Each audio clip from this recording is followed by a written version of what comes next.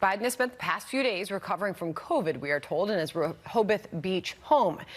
More on this throughout the show and news from there as we get it. Was this a colossal failure, yes or no? Yes. Was this tragedy preventable, yes or no?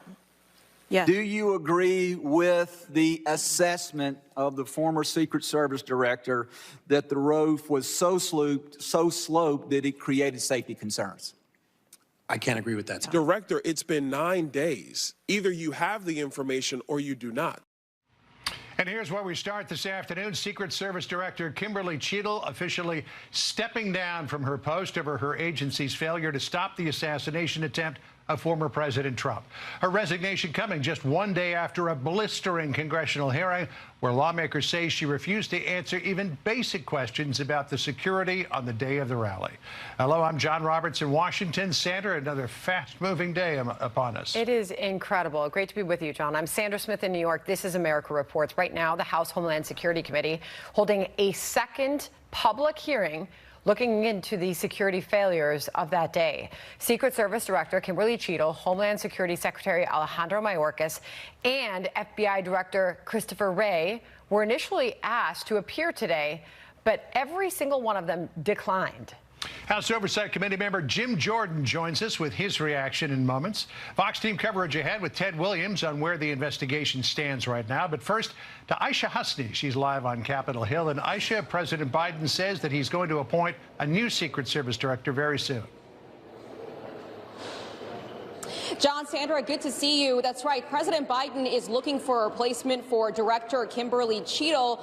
But folks I'm talking to here on the Hill, both Democrats and Republicans, say it doesn't matter who replaces her. They don't care about that because they say that there are some deep problems within the Secret Service that they want to get to the bottom of.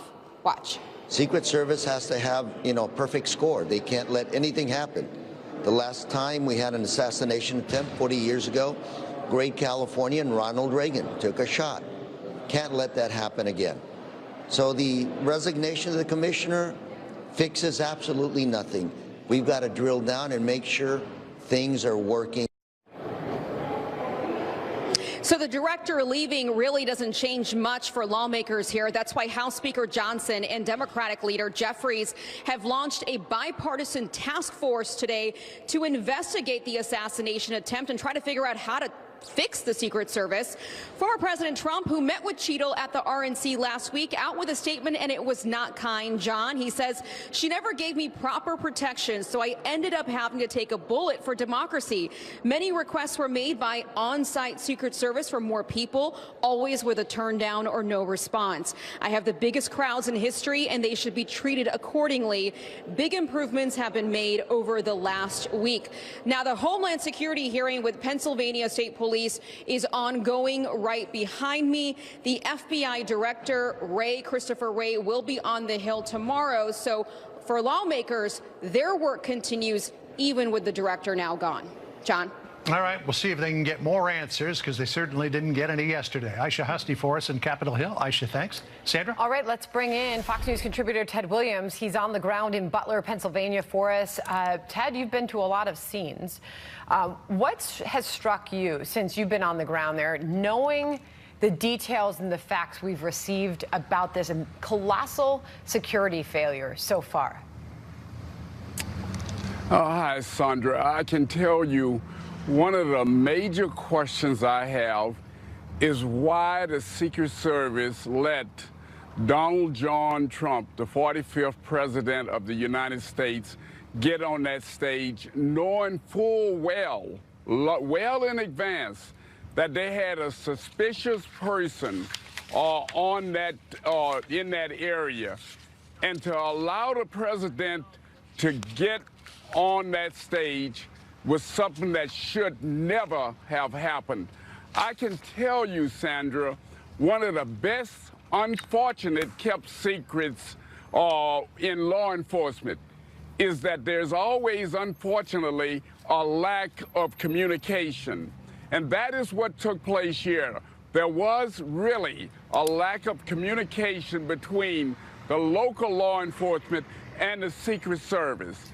And I gotta also further tell you it was the Secret Service, the advanced team that came here on the ground that should have set the parameters for what took place.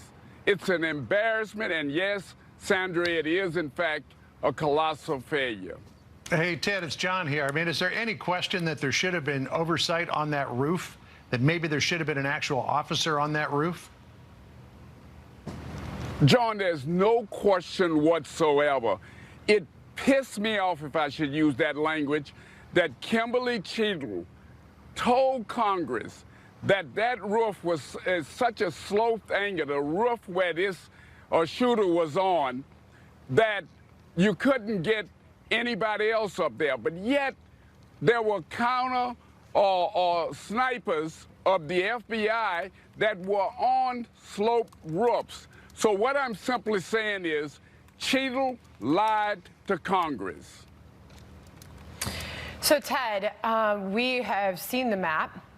We've now heard from the former president, who indicated in that interview with Jesse that Cheatle came to visit him after he was brought to the hospital. He said she was nice, but there's no explanation for this massive security failure. When you look at the map and the distance to this stage, I mean, does it feel that obvious when you're on the ground that this was a building that was clearly a threat to the former president as he delivered that speech? Absolutely, Sandra. All you have to look at is at the angle of where this building sat. And when you look at it, the person that got on that roof, Thomas Crooks, had a direct shot at the President of the United States. That building, it is being debated as to whether there were snipers on the inside of the building, but damn it, there should have been somebody on the top of that building. And this is the thing, that advanced Secret Service unit knew that. Yeah, exactly. Well, in hindsight, everything appears quite clear. The big question is, why didn't it appear clear on the day? Ted Williams for us. Ted, thank you so much. We should point out that Kamala Harris has just touched down in Wisconsin, where she has got a campaign event, her first big campaign event since everything that went down on the weekend. So we will keep an eye on that. In the meantime, let's bring in the House Judiciary Committee Chairman Jim Jordan, who was part of that Oversight Committee hearing yesterday. Hey, Congressman, here is what Donald Trump told Fox Digital about Kimberly Cheatle. Quote, "She never gave me proper protection, so I ended up having to take a bullet for democracy. Many requests were made by on-site Secret Service for more people, always with a turn down or no response. I have the biggest crowds in history, and they should be treated accordingly." You know, a question that I've had, Mr. Chairman, ever since all of this happened is, how many times were direct line of sight elevated positions left uncovered by the Secret Service or local police departments that they might have been partnering with, but they just got lucky in those occasions? Yeah, good question. I don't think she would have answered that yesterday. Of course, she's resigned today, which I think everyone knows was the right move. In my mind, John, it's the before, the during, and the after. So the before, questions like that are important, but why wasn't every building there? There's a limited number of buildings that should have been secured. Why weren't they secured? Why was President Trump denied requests that his security detail put in? Why were those requests denied? How many times were they denied? She wouldn't answer those questions yesterday either. There's the during. 6:09, the bad guys identified on the roof. 6:10, the good counter snipers are notified that the bad guy's on the roof. 6:11, the bad guy shoots President Trump and others. 6:12, the good guys, the counter snipers take out the bad guy. And then at 6:14, President Trump is escorted off the stage. So we need to know what happened in that critical 5 minutes. So actually almost a play-by-play, second by second. And then, of course, there's the after, where they lied to us. Remember what Remember what they said? The Secretary Mayorkas said unequivocally false that we turned them down, when in fact 5 days later they admitted that they had. So to me, those are the key areas that need to be investigated. Congressman, if you could just stand by for a moment, we are going to head to another spot live on Capitol Hill, where Senate Majority Leader Chuck Schumer and House Democrat Leader Hakeem Jeffries are delivering a news conference. We were given a heads up this would be happening. Remember, these two top Democrats in Congress have stopped short. They did so yesterday of endorsing Vice President Kamala Harris for president. They have not done so yet, but we're going to dip in here and listen to questions. It's a happy day. What can I say? Together, We will keep and hopefully grow the Senate majority. And under future Speaker Hakeem Jeffries, we will win back the House. Democrats are moving forward stronger and more united than ever before. In just the last 36 hours, I have seen a surge of enthusiasm from every corner of our party uniting behind Vice President Harris. An enthusiasm felt in every corner of the country, and it's contagious among Democrats. The volunteers, the small contributions, they're just pouring in ways even beyond our expectations. Now, we all know that Vice President Harris has a tremendous record to run on. And now begins the next chapter in our quest to make sure Donald Trump does not become president. Today, with one voice, we speak about the dangers he presents to working families, to our country, and to our democracy. We see very clearly how nervous the Republicans are about our new nominee. Well, they ain't seen nothing yet. Last night, Vice President Harris secured a majority of delegates. Today, in Wisconsin and across America, we begin our next chapter, and it will be our best yet. Vice President Harris will beat Donald Trump and become the next president of the United States of America. Applause. Hakeem. Thank you, Leader Schumer. Joe Biden is a patriotic American. Joe Biden is a heroic American. Joe Biden is a great American. Joe Biden will go down in American history as one of the most consequential presidents of all time. President Joe Biden has made the selfless decision to pass the torch to Vice President Kamala Harris, who is ready, willing, and able to lead us into the future. Kamala Harris and her candidacy has excited and energized the House Democratic Caucus, the Democratic Party, and the nation. Vice President Harris has earned the nomination from the grassroots up and not the top down. Okay, so the word was we. Hakeem Jeffries and Chuck Schumer have both together and said that they are endorsing Kamala Harris and referenced nervous Republicans in the meantime, John, said they ain't seen nothing yet. Vice President Kamala Harris will defeat Donald Trump and become the next president of the United States. After he said it, Chuck Schumer asked for applause before handing off to Hakeem Jeffries. All this praise of President Biden for doing the right thing and being a great patriot and saving democracy. As Trey Gowdy said this morning, have they wiped the blood off the knife yet? Wow. Because they stabbed him in the back. Incredible. Actually, let's bring back in House Judiciary Committee Chair Jim Jordan to react. Are Republicans getting nervous to Chuck Schumer's point there? No, because the facts are the facts. I don't think it matters, frankly, who they run. You can't change what's happened in 3.5 years. We went from a secure border to no border, and now they're running the border czar. We went from safe streets to record crime, $2 gas to $4 gas, stable prices to record inflation. And then, of course, you have the leadership, the character, the poise that President Trump has shown and particularly demonstrated on July 13th when he was shot. I mean, that literally leadership under fire. I think this choice is clear. I don't think it matters who they put up. I think President Trump's going to be our next president. And frankly, are we sure they're going to stick with Kamala Harris? If they can kick the president of the United States off the ballot, they can probably kick the vice president off the ballot. Now, I assume she's going to be their candidate, but I don't put anything past the Democrats and the left who are completely, totally focused on politics and power. I want to come back to the Secret Service investigation and what happened on January the 13th, because we heard from the president a little while ago as he makes his way back to the White House on Kim Cheadle resigning. He said, "Jill and I are grateful to Director Kim Cheadle for her decades of public service. She has selflessly dedicated and risked her life to protect our nation throughout her career in the United States Secret Service. We especially thank her for answering the call to lead the Secret Service during our administration, and we are grateful for her service to our family." This proves once again, Congressman, Mr. Chairman, that nobody gets fired in the Biden administration. Yeah.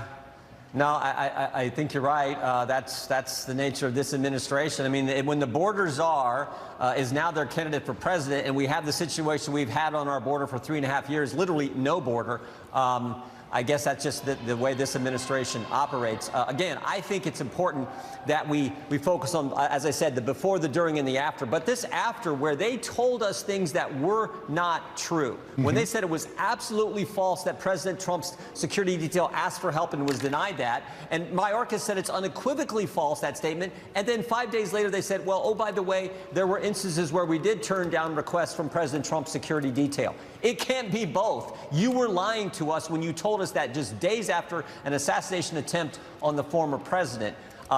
That, to me, is a real problem, and why so many Americans have concerns about our agencies and institutions in our government.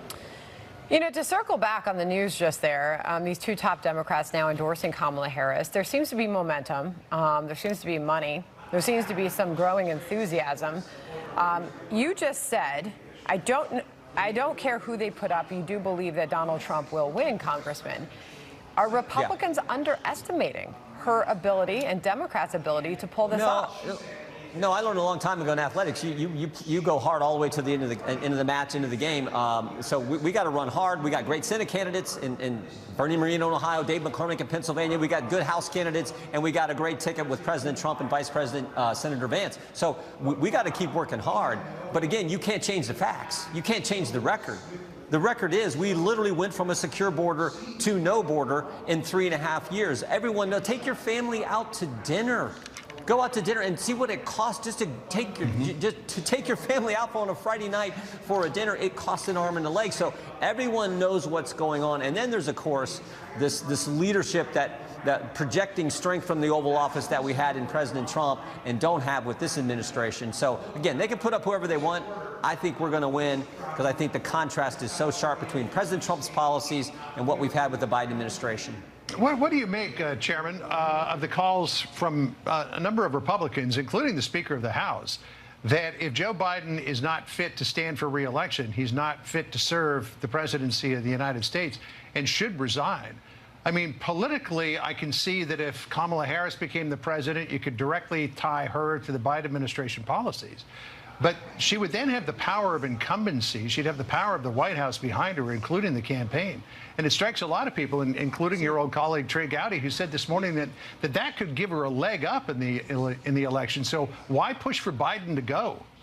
Look, I'm focused on November 5th. We got to win. We got to get rid of the crazy policies of this administration and the left that now controls the Democrat Party. I'm focused on that.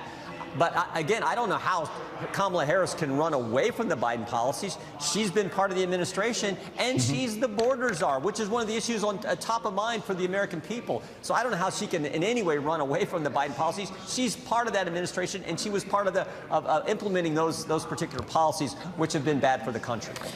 There's a lot to take in every single minute of every hour of every day. Congressman, thanks for jumping on with us. We appreciate your time. You bet. Appreciate you hanging with us. Thank you. I think he's more than capable of governing for another 6 months. He really is cognitively impaired, so I find it hard to square that with how he can serve out his term. So we are now finally expecting to see President Biden on camera for the first time in a week when he heads back to Washington to address the nation tomorrow evening. That's a live look at Dover Airport there. Richard Fowler and Jason Chaffetz are standing by with reaction to the president's silence. But first, Jackie Heinrich is live in Rehoboth Beach, Delaware with what we know right now. Hi, Jackie. Hey, Sandra, we are watching the Veep stakes play out even before we hear an explanation from the president, who ended his 50 years in public service by tweet. We're set to hear more tomorrow from the Oval Office, but no briefings on the schedule yet from Karine. More on that after the break. Good man, someone who decided not to put himself first. Obviously, he stepped down from running and being the nominee, but he's very much still the president. He still got the job. He still has the job, and we have a lot more to get done on behalf of the American people. He wants to zero in and focus on that. He's going to be coming back to the White House today. He's going to be giving an address tomorrow at 8 o'clock. Please watch. That was White House Press Secretary Karine Jean-Pierre, not giving a briefing from the White House, but choosing to appear on The View. That was earlier today in her first public appearance since President Biden dropped out of the race. Biden is now on his way. It's a live look at Delaware, back to Washington, where he will be delivering, as Karine just mentioned, an Oval Office address tomorrow night at 8 p.m. Eastern on withdrawing from the race. Fox News coverage right now. Richard Fowler and Jason Chaffetz have analysis. But first, let's get to Jackie Heinrich. She's live in Rehoboth Beach, Delaware. Jackie, we are anticipating, as we're looking live at the plane in Delaware, to see the president shortly. And it'll be the first time that we see the president, Sandra, since he made this stunning decision to end his what will be 54 years of public service, all in a tweet. We also will have that Oval Office address tomorrow. He will explain his decision to the country. Karine Jean-Pierre, though, did not announce any briefings for us. She did, however, go on The View, where she rebuffed questions about whether the president is in fact fit to serve out his term, since his party didn't have the confidence that he could lead them through November. But we've not gotten much insight yet into how the president's final months in office will look. We are, though, watching the Veep stakes play out. The former Attorney General Eric Holder is vetting 6 governors. That's the same task he performed for Obama in 2008. As Harris secured enough pledged delegates to lead the ticket. 300 from California tipped her over the finish line in a Zoom call where Nancy Pelosi reportedly glowed about the party's prospects now that the ticket has changed. But it's making for a dicey argument after party leaders warned against crowning Kamala without a primary contest, replacing the decisions of millions of primary voters. There's no coronation. There's going to be a process. But look, part of the process is getting endorsements, getting the delegates, right? She's working on that. First of all, in order to have a process, you have to have a challenger. And so far, no one has stepped up to challenge her. So it's tough to say, oh, we need a process, we need a process. No one else is throwing their name in the hat. So. Similarly, the DNC chair pushed back on criticism about there not being a process, even though just days ago, when the president maintained he was firmly staying in the race, it was Jamie Harrison who was rejecting the idea of a mini primary, saying that there are no rules in their playbook that allow for it. The process has been fair, it's been open, it's been transparent. But if anybody's thinking about running, you're running against a sitting vice president who, along with Joe Biden, who's worked really hard going across this country, building relationships, and is probably the most qualified person to be on this ballot. So Chuck Schumer and Hakeem Jeffries just threw their support behind Harris for president. They were among the last holdouts, and now we're down just to former President Obama among those heavyweight Democrats who pushed Biden to make a different decision and abandon his race. Obama now the last holdout to swing his support behind Harris, Sandra. All right, Jackie Heinrich, that gives us a lot to watch and look forward to as we look live at potentially seeing the president any moment now. All right, John? This over for a little while. Joining us now, Fox News contributors Richard Fowler and Jason Chaffetz. And Richard, let's start with you. 2020, Kamala Harris wasn't exactly a stellar candidate, didn't even make it to the first nominating contest. Why should things be any different 4 years later? Oh, well, I think there's a lot of things that have changed from now to then, right? One, she was the vice president behind President Joe Biden. Number two, I think what you're seeing now is delegates from across the country are saying that they support her. And let's dig deeper and let's talk about this process for just a second. When Democratic primary voters go into the ballot, and I was a delegate to the convention in 2008, so in 2012 rather, so I know how the process goes. So long ago now. That's so long ago, right? When we go and we vote, we actually vote for delegates to the convention. So when I'm voting for Joe Biden, Biden, it literally says it on the ballot, you are voting for a delegate to the convention. That delegate then is entrusted with my trust as a Democratic voter to make decisions for me at the convention. If my candidate, Joe Biden in this case, decides that he's dropping out the race, which in this case he has, then I'm, as a delegate, am bound to do what is best for the person who sent me to the convention. I'm voted on by party officials at the party, I was voted on the congressional, at the 8th District Congressional Convention, and then I go to the convention. In this case, these delegates have met in their state conventions or on state conference calls. But how does that make Kamala Harris a better candidate? And they've all decided that Kamala is the best candidate. But how is she a better candidate? Oh, and I'll tell you why she's a better candidate. One, she has a lot of experience. There's been a lot of folks who have questioned Kamala's experience, but if you match up Kamala's resume to any previous vice president, take Mike Pence, Kamala's resume beats Mike Pence's resume. She spent 14 years as a prosecutor, more years as a DA. Then she spent more years as an AG in the state of California. Well, then he was a governor of a state. Sure, but she was also the attorney general of a state, one of the largest states in the country. But you still didn't give me her record as vice president. And then she was a senator, and then she was vice president. So I think her record speaks for itself. But Jason, the point I was making was, what has she done as vice president that qualifies her to be president? What do you think? Yeah, I'd yield all my time to the Democrats to try to answer that one, because there is no answer to that question. What was the biggest accomplishment that she did? Because the two big assignments she had were the border and artificial intelligence. And I can't name any progress that we made on that. Okay. Inflation's going our direction. The economy's going direction. And I laughed out loud when the chairman of the Democratic National Committee goes up there and says, our process has been open, fair, and transparent. Are you kidding me? They pushed Joe Biden off the cliff. And to do this the way they did it, totally disenfranchised millions of people.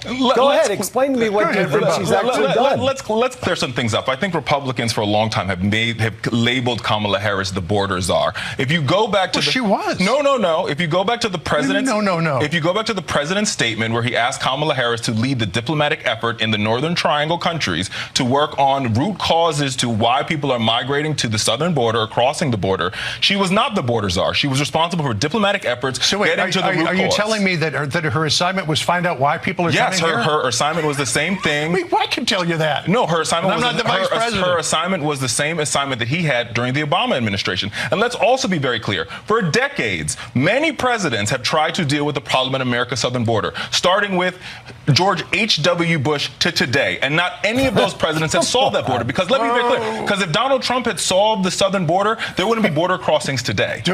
Do we need to show you the numbers, Richard? No, but there were a million border crossings during Donald Trump's first year as president. Yeah, well, then he did something about it. But it never went down to zero border crossings. Not one president has solved the border crossings in this country, period.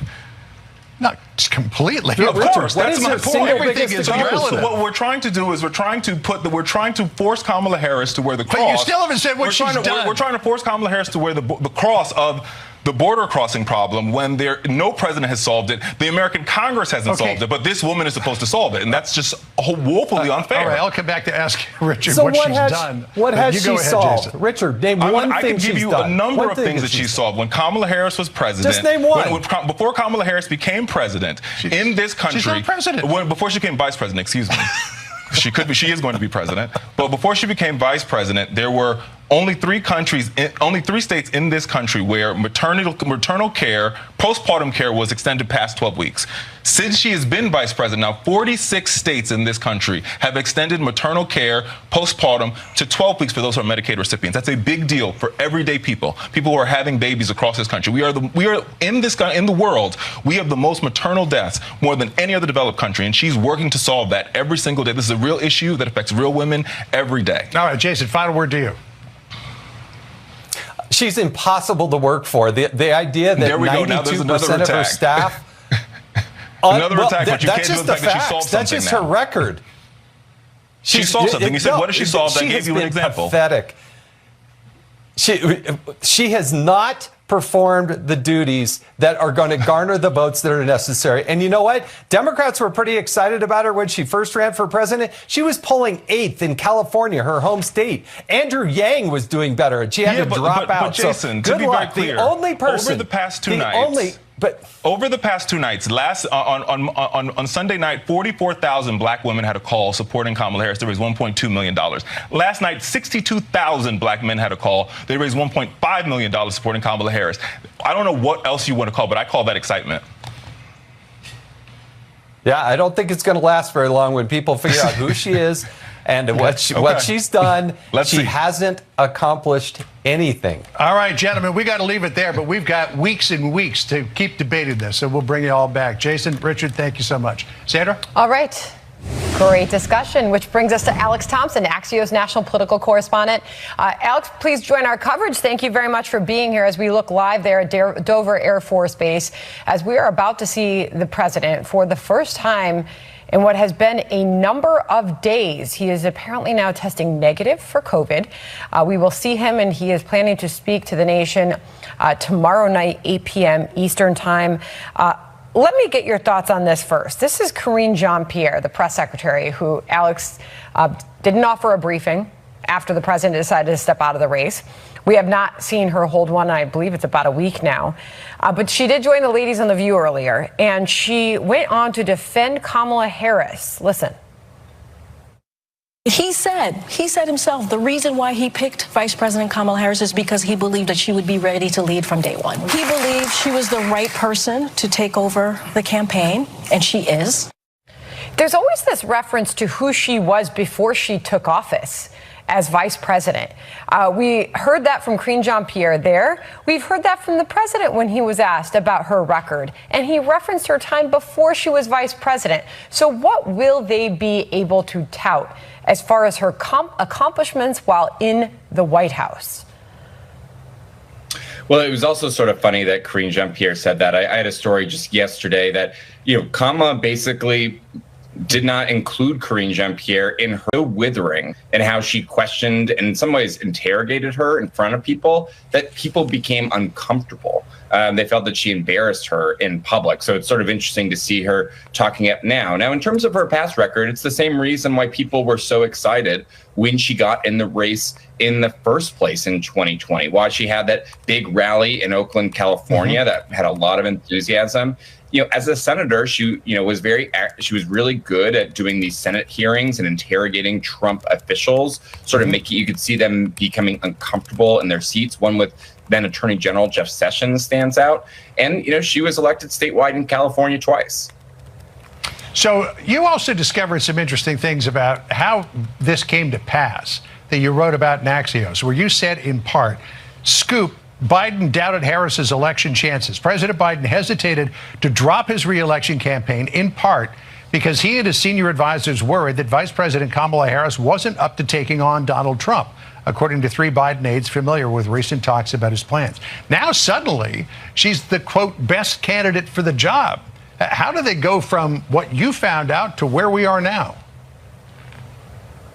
Well, the reason is because Joe Biden had met the end of the road. The Democratic Party had basically coalesced and said, this is over. Now, Joe Biden could have tried to continue and basically said, I won the nomination, 14 million voters, gave me the nomination, but it would have been really ugly. And Nancy Pelosi, Chuck Schumer, and others and donors had basically said that they were going to, if not abandon him, make this incredibly painful. So if you're Joe Biden and you still probably have some doubts about Kamala Harris, and I heard he and his team do have some doubts, given that she has had at best an uneven vice presidency. Joe Biden once privately said she was a work in progress. But if you're going to get out of the race, then might as well validate your biggest decision, which was picking her. You can only imagine what debates would look like,